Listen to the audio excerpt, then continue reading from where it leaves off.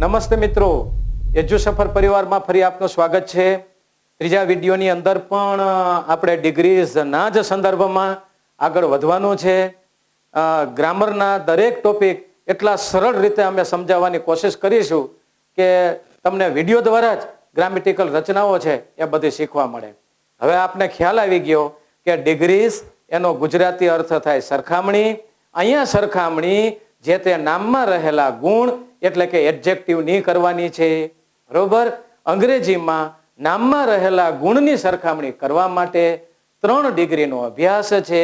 તેમાં પહેલી ડિગ્રી એટલે પોઝિટિવ ડિગ્રી, જેમાં 2 નામમાં જે ગુણ છે એ ગુણ સરખો જોવા મળશે. અંગ્રેજીમાં પોઝિટિવ ડિગ્રી બનાવી છે તો વિશેષણની આગળ હકારમાં એસ, વિશેષણની પાછળ એસ. એસ અને એસનો ગુજરાતી અર્થ થાય છે જેટલું તેટલું. નકાર રચનામાં પોઝિટિવ ડિગ્રીની અંદર વિશેષણની આગળ સો અને વિશેષણની પાછળ એસ. સો વિશેષણ એસનો પણ ગુજરાતી અર્થ થાય છે જેટલું તેટલું. જો જેટલો હોશિયાર તેટલો એસ ક્લેવર એસ, જેટલું સુંદર તેટલું એસ બ્યુટીફુલ એસ. હવે તો આવડી જ શકે.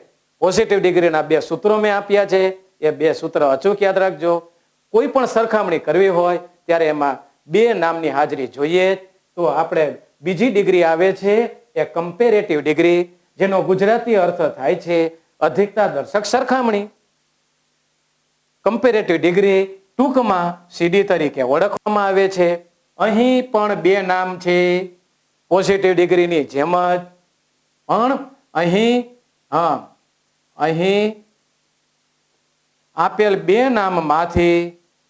આપેલ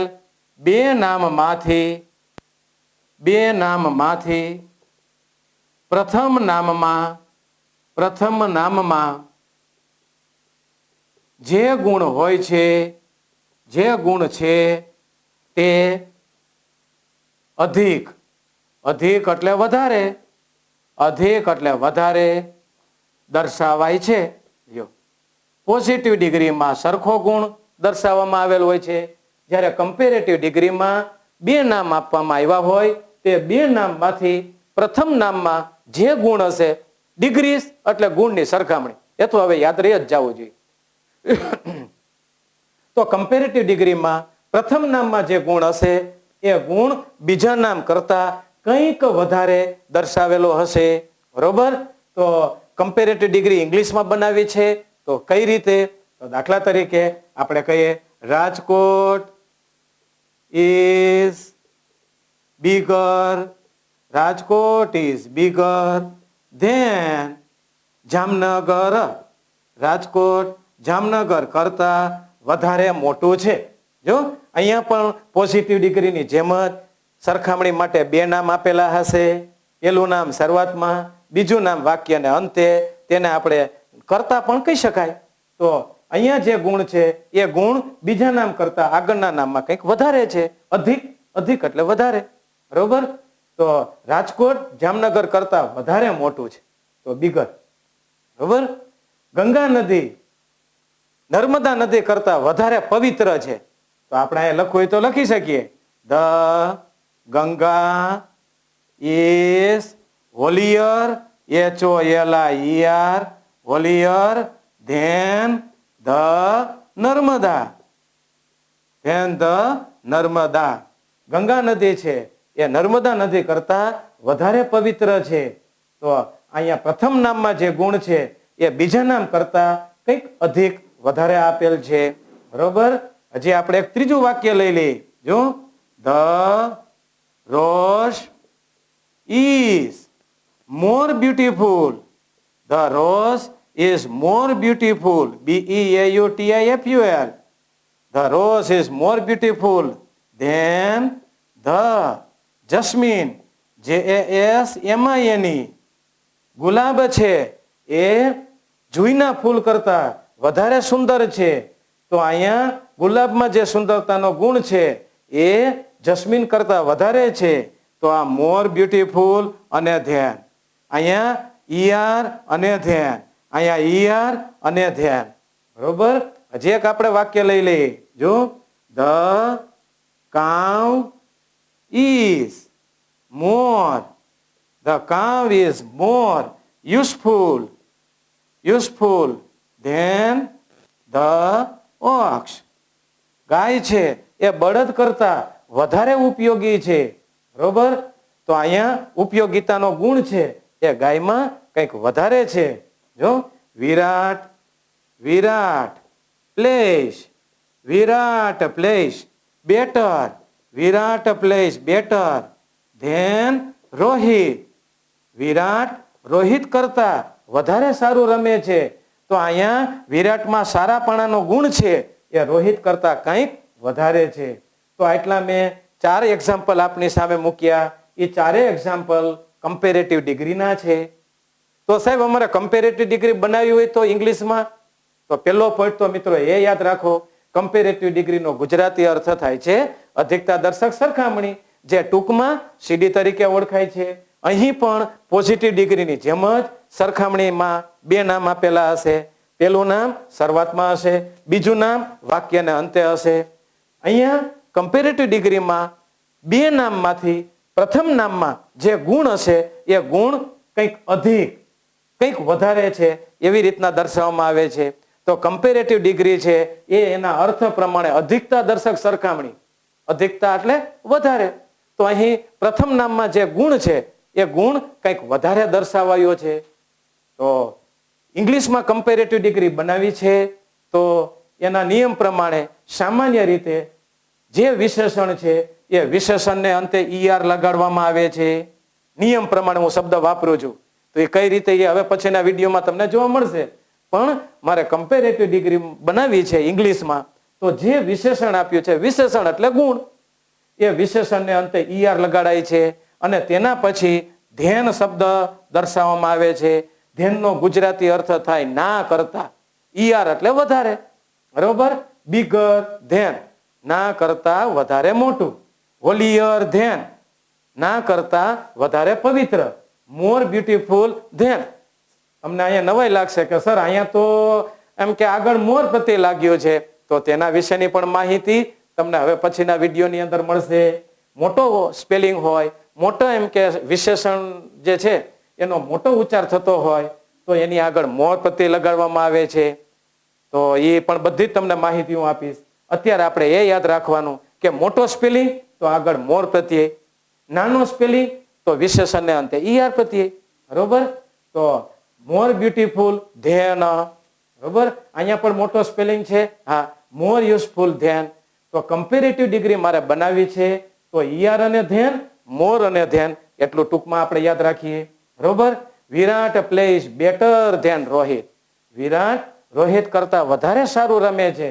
તો અહીં વિરાટમાં જે ગુણ છે સારાપણાનો એ રોહિત કરતા કંઈક વધારે છે. The cow is more useful than the ox. ગાય છે એ બળદ કરતા વધારે ઉપયોગી છે. તો અહીંયા ગાયમાં જે ઉપયોગિતાનો ગુણ છે એ કંઈક વધારે છે. તો કમ્પેરેટિવ ડિગ્રીમાં જે ગુણ દર્શાવવામાં આવે છે તે ગુણ બીજા નામ કરતા આગળના નામમાં કંઈક વધારે છે. સાહેબ ઇંગ્લિશમાં અમારે કમ્પેરેટિવ ડિગ્રી બનાવી છે તો બંનેના 2 સૂત્ર આપણે અહીંયા યાદ રાખીશું. સૂત્ર નંબર 1, આ સૂત્ર નંબર 1 છે તો એમાં પણ આપણે અહીંયા કરતા લખી નાખીએ. કરતા એટલે નામ, પેલું નામ, એમ આપણે સમજી લેવાનું. પેલું નામ, તેના પછી ક્રિયાપદ હશે, તેના પછી ક્રિયાપદ, તેના પછી વિશેષણ. વિશેષણ એ વિશેષણને અંતે ઈઆર, આ યાદ રાખીશું. તેના પછી than.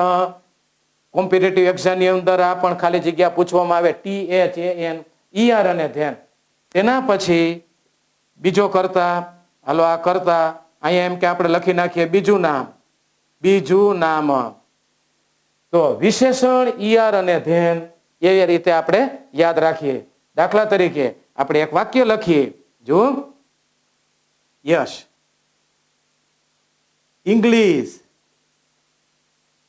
English is easier, EASIER, English is easier than Gujarati.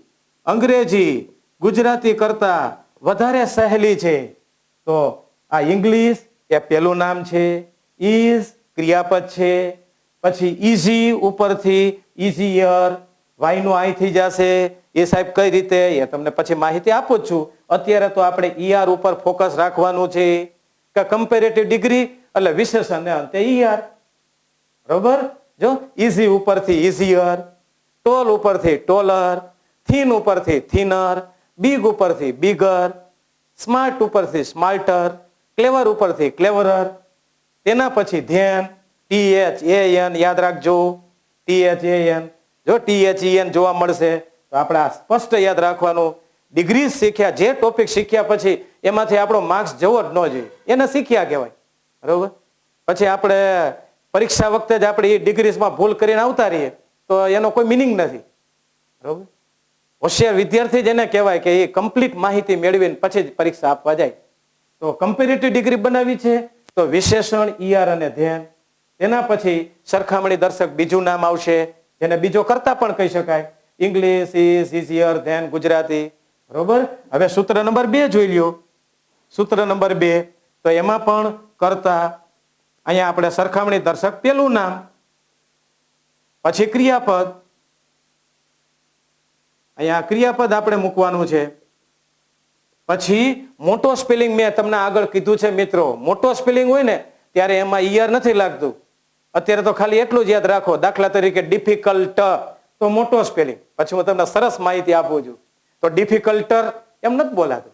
Interesting છે તો ઇન્ટરેસ્ટિંગર એમ નથી બોલાતું. મોટો સ્પેલિંગ હોય ત્યારે કમ્પેરેટિવ ડિગ્રીમાં આપણે એ વિશેષણની આગળ મોર પ્રત્યય લાગે. મોરનો અર્થ થાય છે ના કરતા વધારે.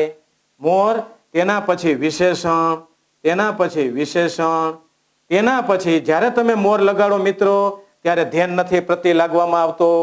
બે માંથી એક જ પ્રત્યય. જો ઈઆર લગાડ્યું છે તો આગળ મોર ના આવે, મોર લગાડ્યું છે તો પાછળ ઈઆર નહીં આવે.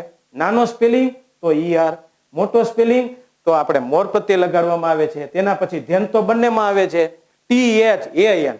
ઘણા વિદ્યાર્થીઓ એમ કે કમ્પેરેટિવ ડિગ્રીમાં વિશેષણ પછી ધ્યાન જ્યારે મૂકવાનું આવે ને ત્યારે THEN લખે, પણ એ તદ્દન ખોટું છે. THAN. ધ્યાનનો અર્થ થાય છે ના કરતા, અને ઈઆર અને મોરનો અર્થ થાય છે વધારે. ના કરતા વધારે એટલે મોર ધ્યાન, ઈઆર ધ્યાન. એટલું યાદ રાખી લેવાનું. પછી કરતા એટલે કે સરખામણી દર્શક બીજું નામ.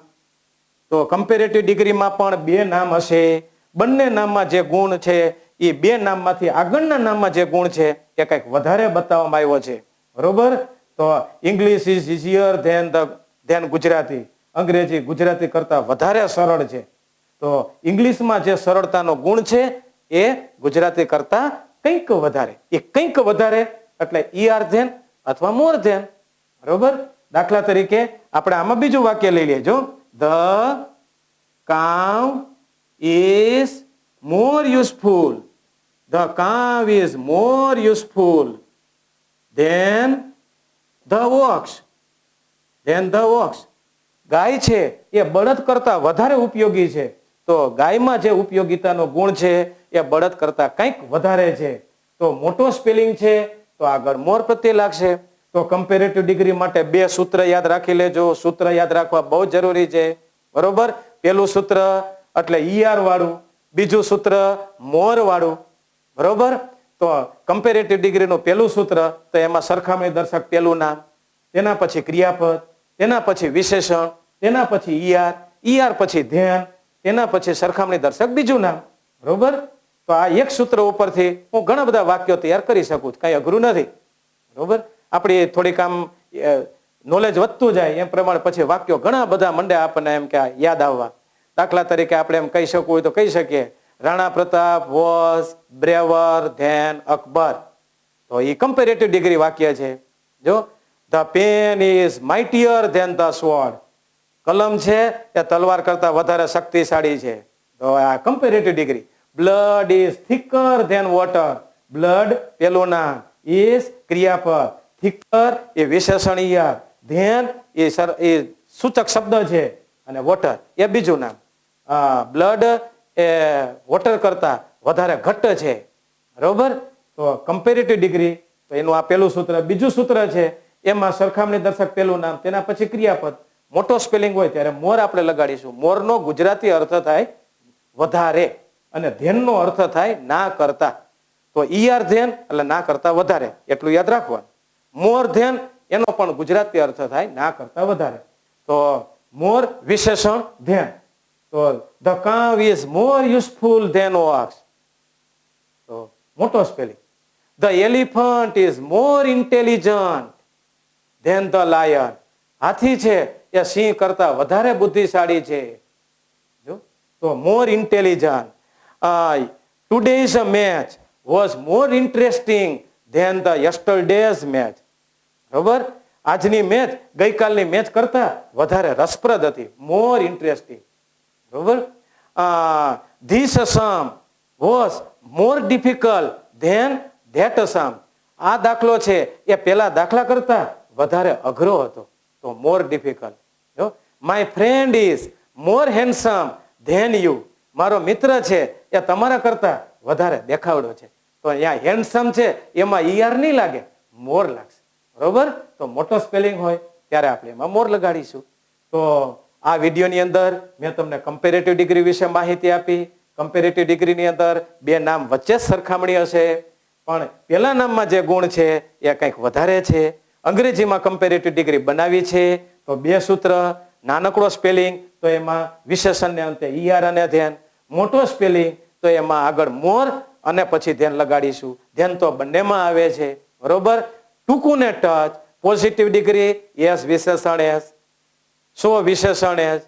કમ્પેરેટિવ ડિગ્રી વિશેષણ ઈઆર ધ્યાન, મોર વિશેષણ ધ્યાન. બરોબર, આપણે આટલું ઇંગ્લિશની અંદર એ શબ્દો યાદ રાખતા જઈએ.